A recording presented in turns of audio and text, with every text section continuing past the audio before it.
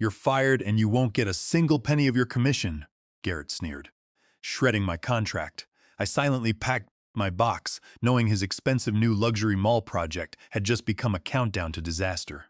But this story doesn't start in that overheated executive suite with its shredded paper and smug family air.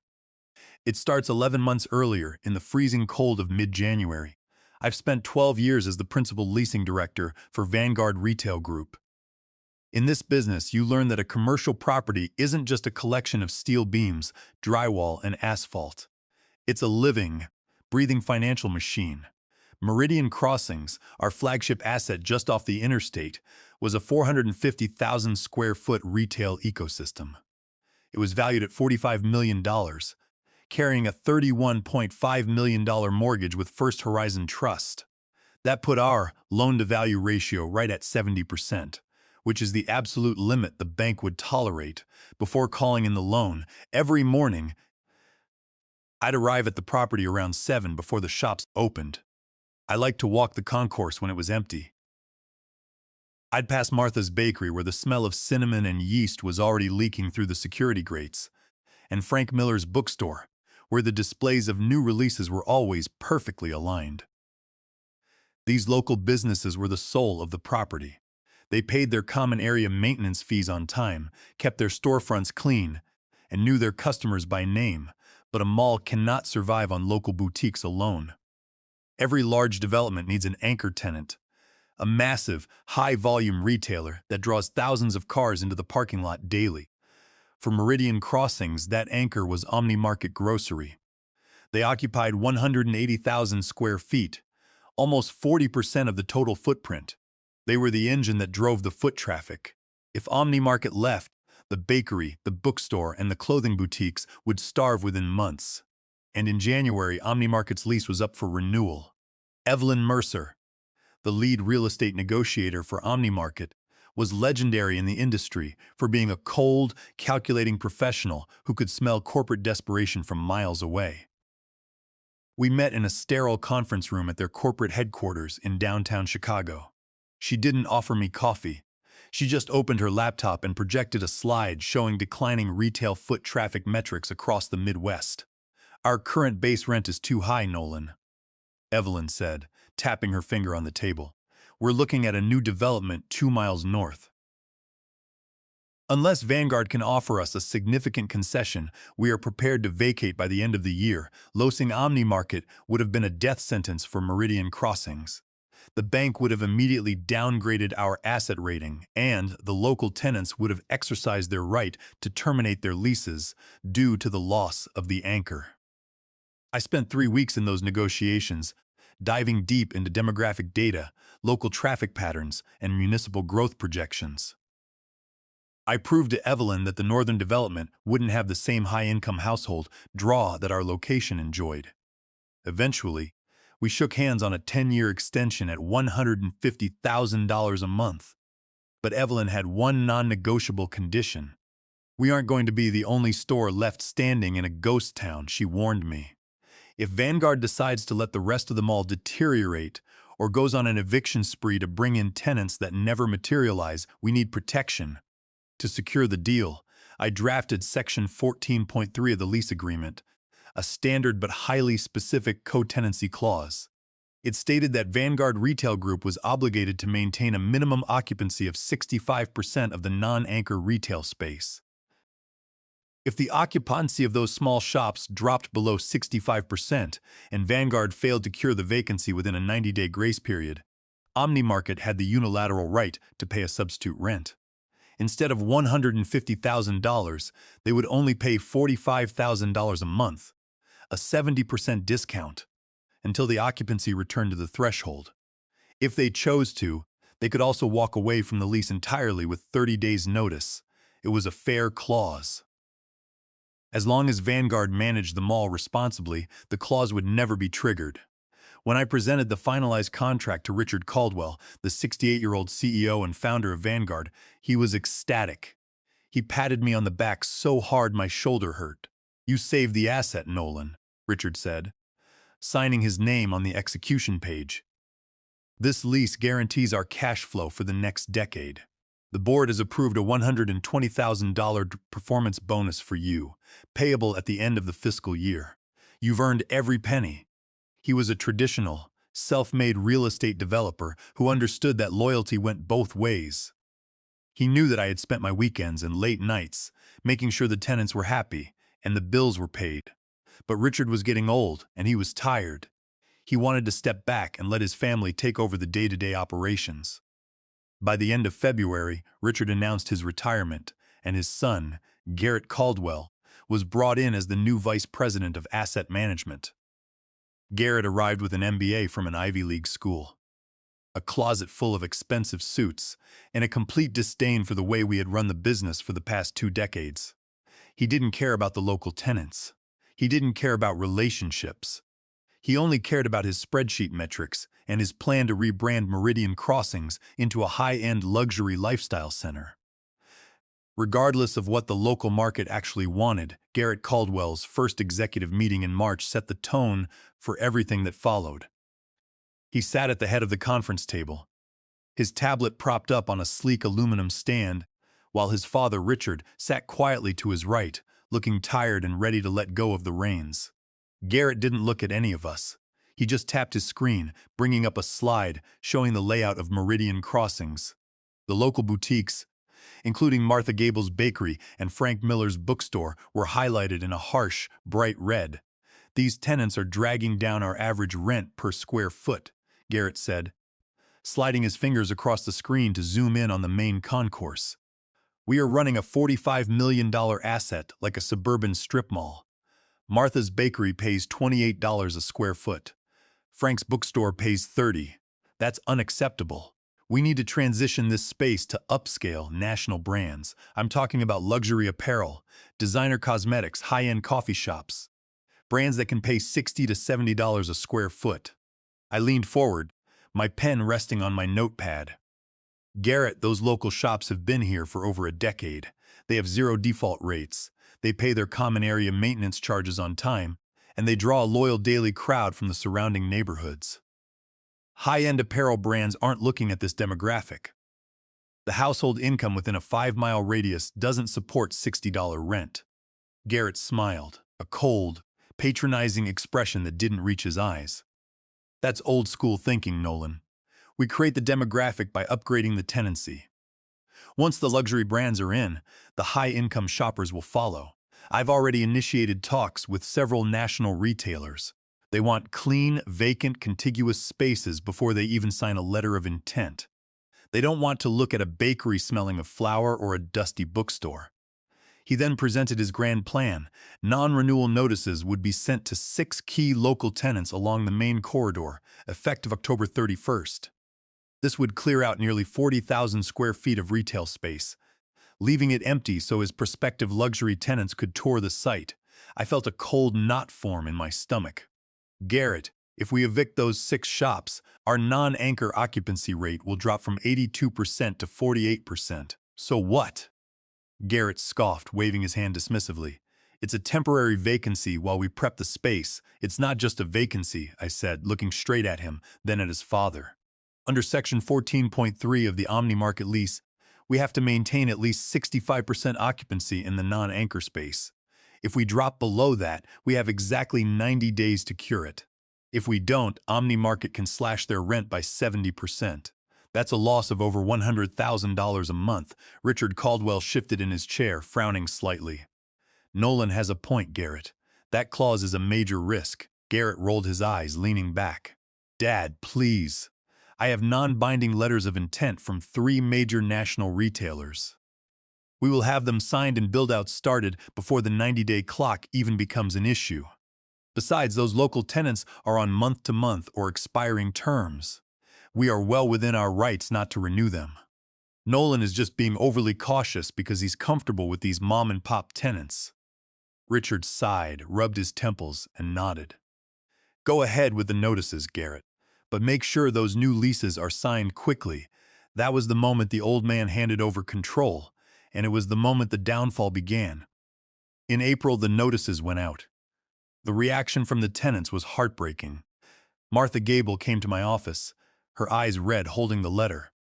She had spent 15 years building her bakery, serving fresh pastries to families who now brought their grandchildren to her shop. Frank Miller spent hours in his bookstore, looking lost among his shelves, wondering how he was going to liquidate 40,000 books in 6 months. I couldn't do anything to stop it. Garrett had stripped me of my leasing authority for those spaces, handling the negotiations, or lack thereof, himself. By November 1st, the shops were gone.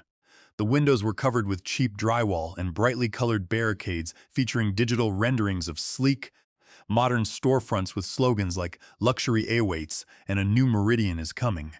The main concourse, once filled with the scent of coffee and the sound of children laughing, felt cold and hollow. The footsteps of the few remaining shoppers echoed off the terrazzo floor. Our non-anchor occupancy rate plummeted to 48%. The 90-day countdown for Section 14.3 had officially begun. The cure deadline was January 29th. As November rolled into December, Garrett's confidence began to crack, though he would never admit it. The national retailers he had bragged about weren't signing. They kept asking for deeper concessions, tenant improvement allowances that Vanguard couldn't afford, and rent-free periods. One of the fashion brands pulled out entirely, citing a poor quarterly earnings report. The letters of intent were worthless paper. Then came December 15th. My annual performance review was scheduled for 2 o'clock. I walked into Garrett's office, carrying my folder of leasing reports. The winter sleet tapped against the glass behind him. He didn't invite me to sit down. He just pointed his gold pen at his computer screen, showing a dashboard of vacant spaces. "Look at the red line," Garrett said. "You're under target." I stood there, looking at him. "Garrett, the vacancy is a direct result of your non-renewal campaign. I warned you about this in March. Vanguard doesn't pay bonuses for substandard performance," Garrett snapped, picking up the printout of my commission sheet for the Omni Market renewal. He slid it into the shredder next to his desk, the machine grinding the paper into tiny white strips. "We're going in a different direction, Nolan. Pack your things. You're done here." I looked at the shredder, then at Garrett. His face was flushed with a mixture of arrogance and panic. He thought that by firing me, he could save the company $120,000 in cash flow and find a cheaper junior agent to blame for the lack of progress on the luxury leases. "Understood," I said calmly. I walked down to my office, packed my personal belongings into a single cardboard box, and walked out of the building. I didn't make a scene. I didn't threaten to sue. I didn't need to. I knew the calendar. It was December 15th. The 90-day cure period for the co-tenancy clause had been running since November 1st. Garrett had exactly 45 days left to sign 3 national leases, get their stores open, and bring the occupancy back above 65%. And he had just fired the only man who knew the tenants, the brokers, and the contracts. For the first 2 weeks after my firing, I did nothing. I shoveled the heavy Chicago snow from my driveway, drank dark roast coffee by the window, and let the quiet sink in. After 12 years of constant phone calls, lease negotiations, and emergency maintenance crises, the silence was strange but not unwelcome. I knew my value, and I knew the commercial real estate market in the city. More importantly, I knew Vanguard's lease agreements better than anyone else alive. In my home office, I opened the digital folder containing the backup copies of the fully executed contracts I had negotiated over the years. I scrolled down to the Omni Market grocery lease, opening the 200-page document and navigating directly to page 84. Section 14.3. The language was precise, written in standard commercial legal terms. It read, "In the event that the occupancy of the non-anchor gross leasable area, GLA, within the shopping center falls below 65%, 65, and landlord fails to restore such occupancy to at least 65%, 65 mersons, within 90 consecutive days of such drop, tenant shall have the right to pay substitute rent." I cross-referenced the dates. The last of the evicted local tenants, Frank Miller, had locked his bookstore doors and handed over his keys on October 31st. That meant November 1st was the first day the mall's non-anchor occupancy fell below the threshold, dropping to 48%. The 90-day cure period was straightforward math. November had 30 days. December had 31. January had 31. That meant the 90-day grace period would officially expire at midnight on January 29th. On January 30th, day 91, the lease violation would be fully actionable. I knew Garrett Caldwell wouldn't catch it. He was too busy flying to New York to pitch luxury fashion brands that had no interest in a Chicago suburb, leaving the daily management of the mall to a 24-year-old junior leasing assistant named Tyler. Tyler was a nice kid, but he was fresh out of college and had never read a commercial lease in his life.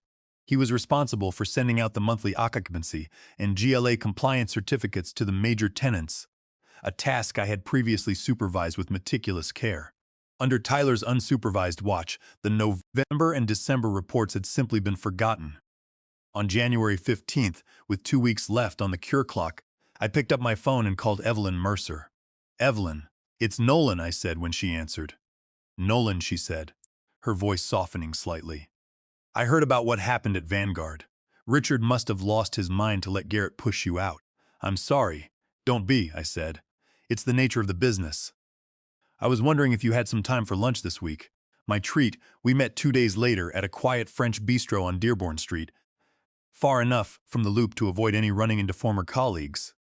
The restaurant was warm, smelling of garlic, butter, and red wine, while the winter wind rattled the front windows. Over plates of steak frites, Evelyn asked me what my plans were.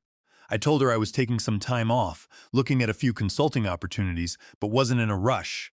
"How is the mall running without you?" she asked, cutting into her steak.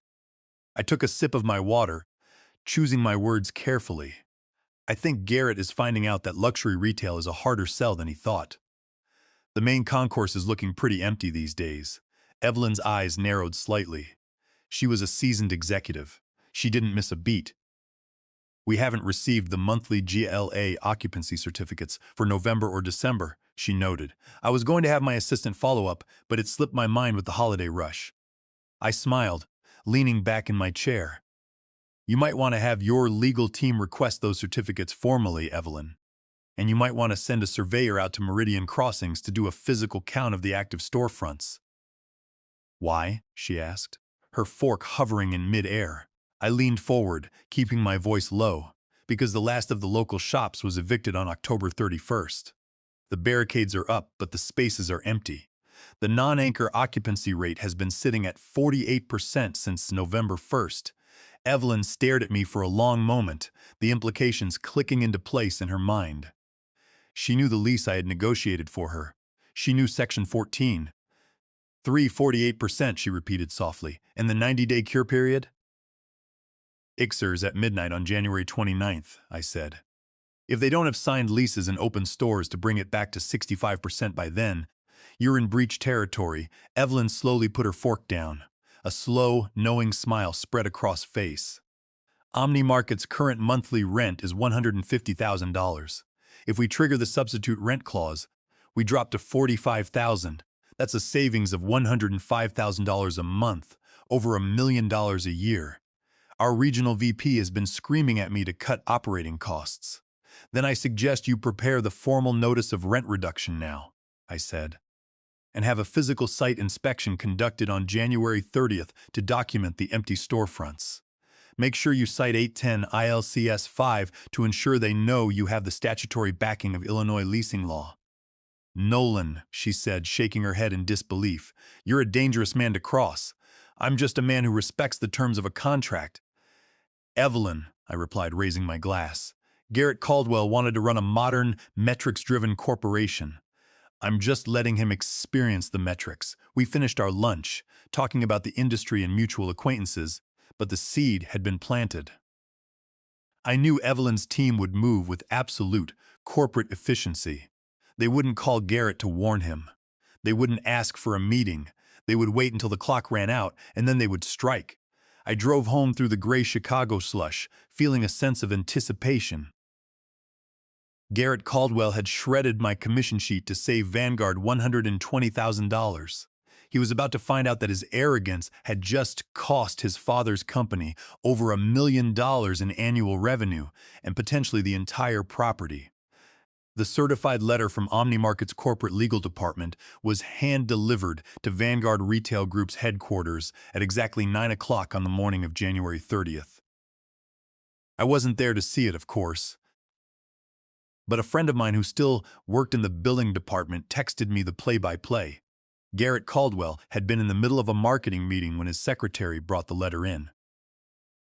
He had opened it, glanced at the first page, and assumed it was a routine administrative notice. It was only when he read the bolded headers citing Section 14.3 of the lease agreement and Section 5 of the Illinois Uniform Commercial Code that he stopped talking. His face apparently went from its usual suntan bronze to a dull, chalky gray. He immediately called Tyler, his junior assistant, into his office. Tyler, of course, had no idea what a co-tenancy clause was or why the 90-day cure period mattered. Garrett then called Vanguard's general counsel, a veteran real estate lawyer named Marcus Vance. Marcus took one look at the lease copy, looked at the occupancy report showing 48% non-anchor tenancy, and told Garrett the truth. Vanguard was in clear, indefensible breach of contract. The financial reality hit Vanguard like a physical blow. Under the terms of Section 14.3, OmniMarket was reducing its monthly rent payment starting February 1st. Instead of sending $150,000, they would be sending $45,000. To understand the scale of this disaster, you have to understand how commercial properties are valued. Investors use a metric called net operating income, or NOI, and apply a capitalization rate to determine value. Meridian Crossings had an annual NOI of approximately $3.15 million, which, at a 7% cap rate, supported its $45 million valuation. By losing $105,000 a month in rent from OmniMarket, totaling $1.26 million annually, the mall's NOI plummeted to $1.89 million. Using the same 7% cap rate, the new valuation of Meridian Crossings dropped to just $27 million. This drop immediately triggered a secondary catastrophe. Vanguard's $31.5 million mortgage with First Horizon Trust had a strict loan-to-value covenant of 70%. With the new valuation of $27 million, our outstanding loan was now at 116% of the asset's value. On February 2nd, First Horizon Trust sent a formal notice of default to Vanguard. They gave the company 30 days to recapitalize the loan, meaning Vanguard had to write a check for $12.6 million to pay down the principal and bring the LTV ratio back to 70%. If they couldn't produce the cash, the bank would begin foreclosure proceedings on Meridian Crossings. Vanguard didn't have $12.6 million in cash. Most of their capital was tied up in pre-development costs for other projects. Garrett tried to call Evelyn Mercer to negotiate. She refused to take his calls, directing him to OmniMarket's outside legal counsel. He sent Tyler to knock on the doors of the national luxury retailers, pleading with them to sign leases immediately. The retailers laughed. They knew Vanguard was in trouble.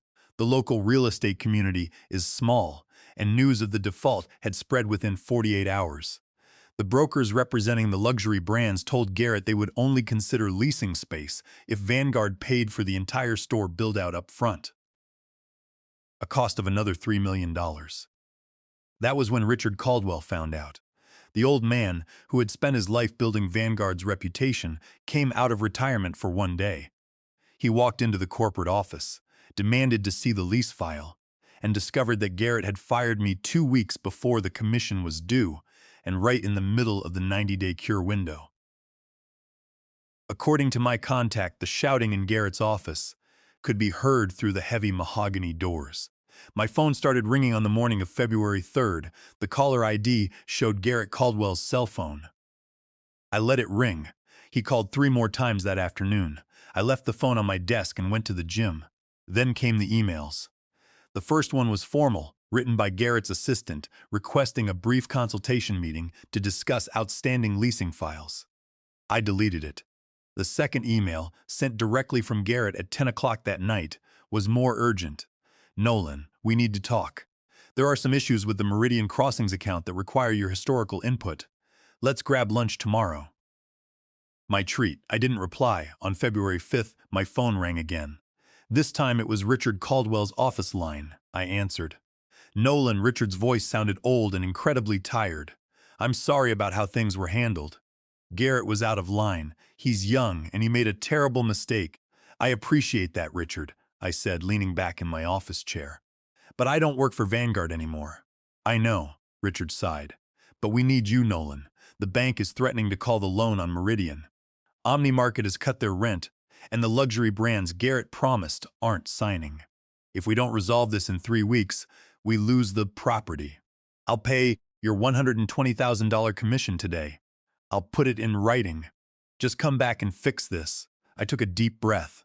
I respect you, Richard, but the damage is done. I can't just step back into a sinking ship. If you want my help, it won't be as an employee. I will act as an independent consultant, and my terms are non-negotiable. Name them, Richard said. First, I want my $120,000 commission paid in full via wire transfer before we meet, I said. Second, I want a flat consulting fee of $300,000, also paid up front. Third, Vanguard must sign a mutual release of liability, indemnifying me from any actions taken during or after my employment. And finally, I will not meet with Garrett in your corporate office. We meet at the Starbucks on Wacker Drive tomorrow morning at 10. Garrett will bring the signed release and the wire confirmation. If he's a minute late, my fee goes up to $400,000.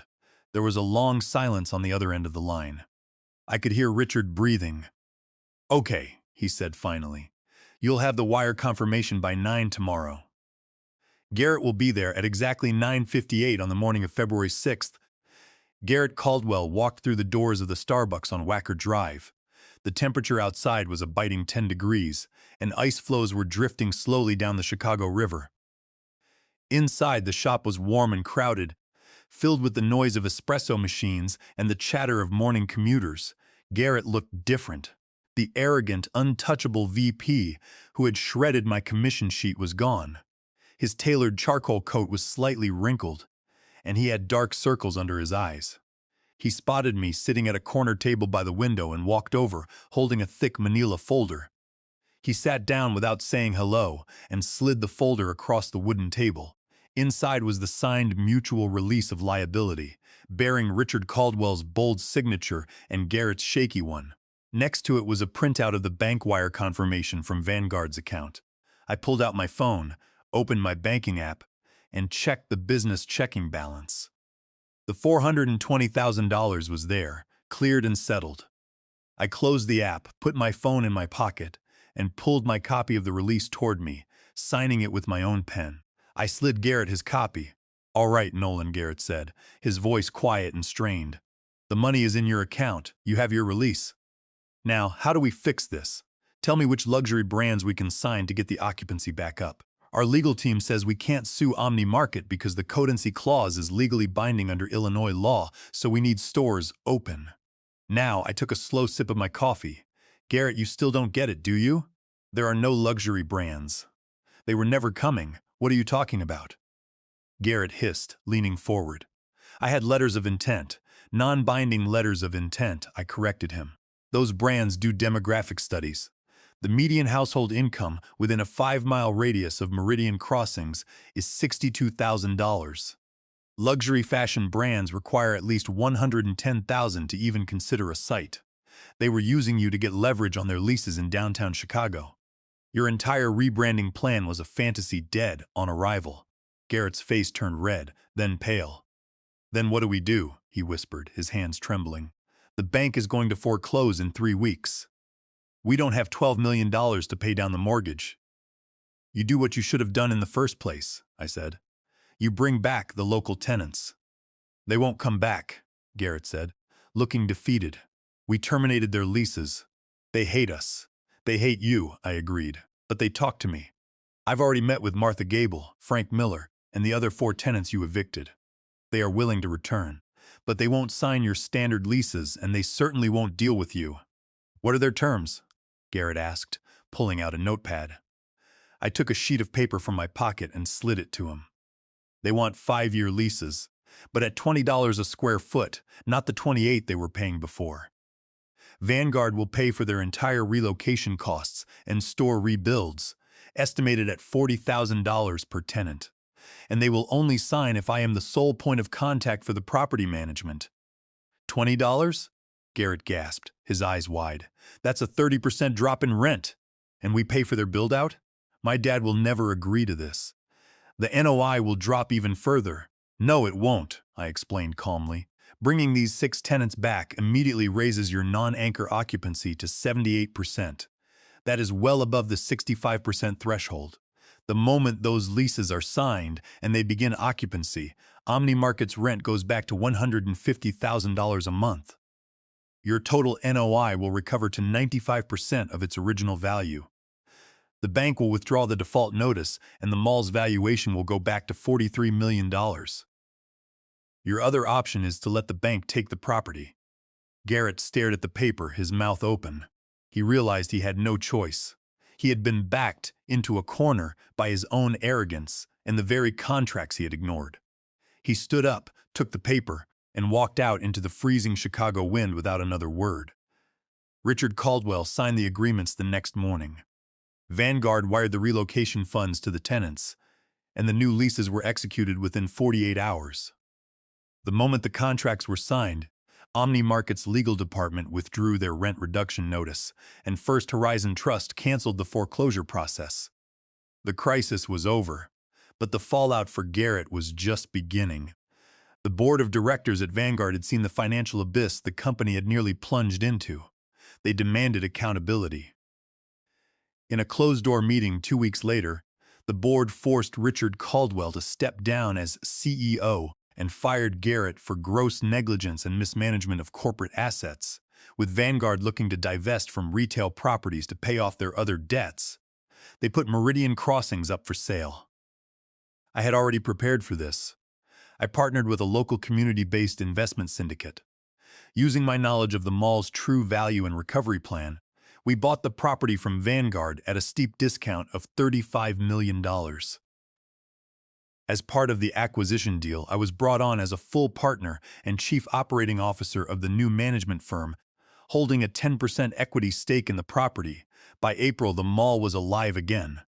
I stood on the second-floor balcony looking down at the main concourse.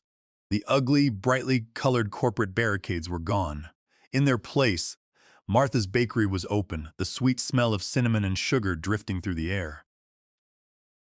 Across the way, Frank Miller was setting up a book display outside his shop, waving to a customer who had been coming to his store for 10 years. The parking lot was full, and the foot traffic was heavy. My phone buzzed in my pocket. It was a notification from my bank. The quarterly distribution check had just cleared, depositing my share of the mall's net profits directly into my account. I slipped the phone back into my pocket, smiled, and walked down the stairs to buy a pastry from Martha.